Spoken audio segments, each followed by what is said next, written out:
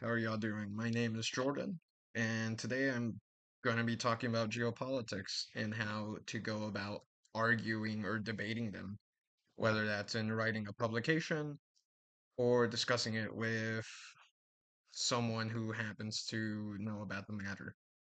I've been getting asked a lot of questions as to how I write my own geopolitical papers and how I go by topic. And on top of that, how I recommend policy um, in the stuff that I've written or write about it at least. And there's a lot of ways to go about it, but I do think it's important for me to basically give an intro level video on it. This doesn't have a lot of visuals; it's just a lot of writing on the slides. There's only like three more, so y'all can put the phone down, wash some dishes, or clean your room, or walk your dog. Do what you gotta do. This is a much more like relaxed and elementary explanation of geopolitics as it goes in arguing it.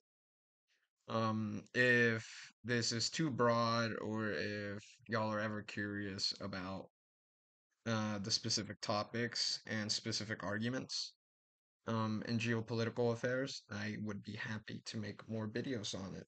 But again, this is just me basically talking about how I write a paper. So without further ado, let's get into it. So the first question you have to ask yourself is, reminding yourself of what really is geopolitics to begin with. You will always get a lot of different answers depending on the professor, the expert, or the policymaker on the matter. But this is a much more consistent definition that I tend to guide myself by, being that geopolitics is the examination of state and non-state actors in the world where they are often influenced from and interact with geographic features. At its root, geopolitics kind of answers how countries and governments respond to the literal world around them, whether that is the land, their access or lack thereof natural resources, their strategic location in comparison to other countries, any bordering neighbors they might have, and lastly, and much more recently, the effects of climate change on them, particularly. I mean, I guess that's every country, huh? No country is spared from climate change. So once we get that definition out of the way, we then end up having to look at the specific geopolitical topic that you want to discuss or argue about. There's four big ones in the literature and in the news cycle that happen to get the most attention, being number one, power and influence, right? So how does a country leverage its economy? How does a country leverage its diplomatic sway and its military might across a regional or global focus, right? Does a country have access to a navy? Do they need a traditional ground force? And if so, how much? Do they have a good amount of neighbors, or do they need to navigate them through much more harsher means? What are their economic relations like, right? And does the country have a good economy or a bad one in relationship to its neighbors? Second geopolitical topic is resource distribution and the climate. So, do these countries have access to natural resources or water bodies? Um, and if not, how do they circumvent that, right? It's going to become a greater topic of focus as AI data centers become increasingly produced, and as water wars continue to ramp up across the world. So keep an eye out for that. The third one is their strategic location, right? Is the country sitting on a strait? Are they right next to a strait? Are they on a canal?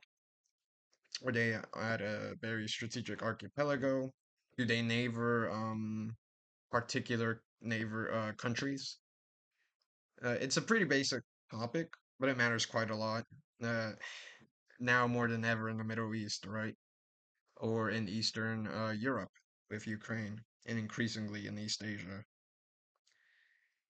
And then lastly, there are global trends. What are the demographics in a particular country or region? Like, uh, is there any mass economic trend ongoing in the world? Is there a health pandemic? Is there a regional war or a crisis threatening to break out? These are several questions that global trends are discussing right now in terms of geopolitical topics. And obviously, that's going to continue to be very important for economists and international affairs oriented professionals. But yeah, more or less, those four topics are the biggest ones: power and influence, resource distribution and climate, location, and global trends. Um, there are other topics to go off of, but that's as broad as it gets. Again, I'm not giving you like full scope of a list. Once once you get that out of the way, right? Now that y'all learn a little bit more about geopolitics, now you have to ask yourself, what exactly are you arguing for? And there are three levels of analysis that you could choose to take. The first one is very fundamental, but I think it's very important, being your lens, right? Or your theory of looking at the world. You can choose to analyze geopolitics through four main schools of thought. There is realism, liberalism, constructivism, and Marxism.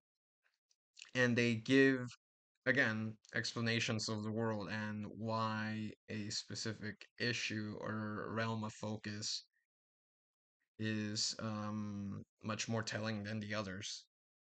Not one specific theory will always explain the entire story of a geopolitical topic, and it never will. But these are good ways of starting a conversation or shedding light on a specific topic. Realism concerns itself with international security and how a country looks at the world through a military means.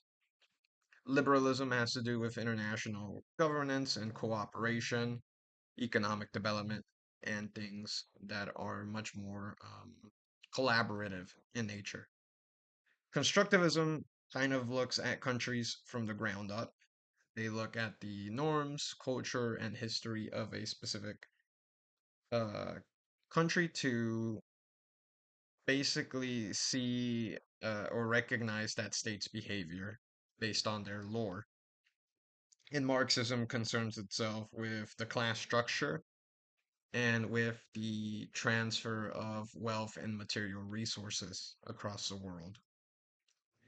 Again, they're very fundamental, and as you can see, they play to their different strengths. There's no one size fits all approach for understanding geopolitics, but all four of those do serve a very important role in explaining geopolitical conflicts or history in any particular given region. Now that you know a little bit more about the fundamental approaches or theoretical analysis in geopolitics, you could look at two things. One is one of personal interest, and it's the one that I tend to write most about, and that is the analyzing of scenarios and the likelihood of things from happening, right?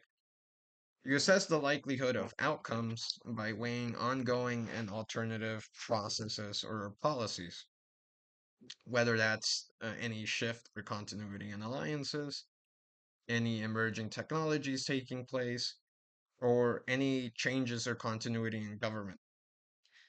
Things of that nature will inform you as to how likely or not likely something is to change.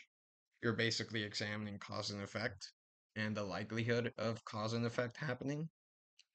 And at the root, that is where the rubber meets the road between looking at geopolitical trends and determining how they translate to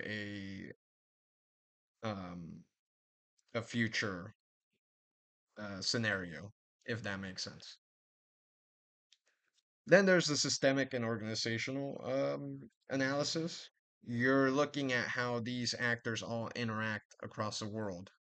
International governmental organizations, IGOs, NGOs, which are non-governmental organizations, corporations, insurgent groups, nations, people. You're looking at how a lot of varying institutions or governments or people interact with one another, and you are looking at basically as specific as it gets in terms of the systemic interactions, whether that's United Nations, discussing things with the current government in Afghanistan, or Russia and Ukraine, or the European Union and Israel. It's a lot of different actors, and the list is not exhaustive. Have chosen the level of scope or the specific argument to have. Now you just basically have to work on your structure of your paper, and that's where you basically get into argument or debate 101, right? You want to have a concise policy stance, whether that is affirming or rejecting a particular policy that's ongoing. For instance, you may not support the funding of AI data centers, or you may support the rearming of Ukraine, things like that. But it has to be concise, it has to be specific, and you have to provide the reliable data to um, back up the reasoning why you might reject or affirm a particular policy stance, whether that is treaties, economic stats, any military capacity or future military capacities, any scholarly analysis, and then other trends that you might be able to point to that favor your policy stance that you are trying to get across in a paper. Of course, if you don't want to necessarily argue for policy, you might also simply argue for a specific perspective on something. So, for instance, again, you might posit in a theoretical argument that a Marxist approach to the Middle Eastern region when it came to governance may have been a better approach than looking at it through a realist lens. Things like that. Once you have looked at all of that information and you figured out your stance, an effective argument will always look at causation. You're linking the policies to outcomes to demonstrate how efficient or inefficient a process, policy, or method may be.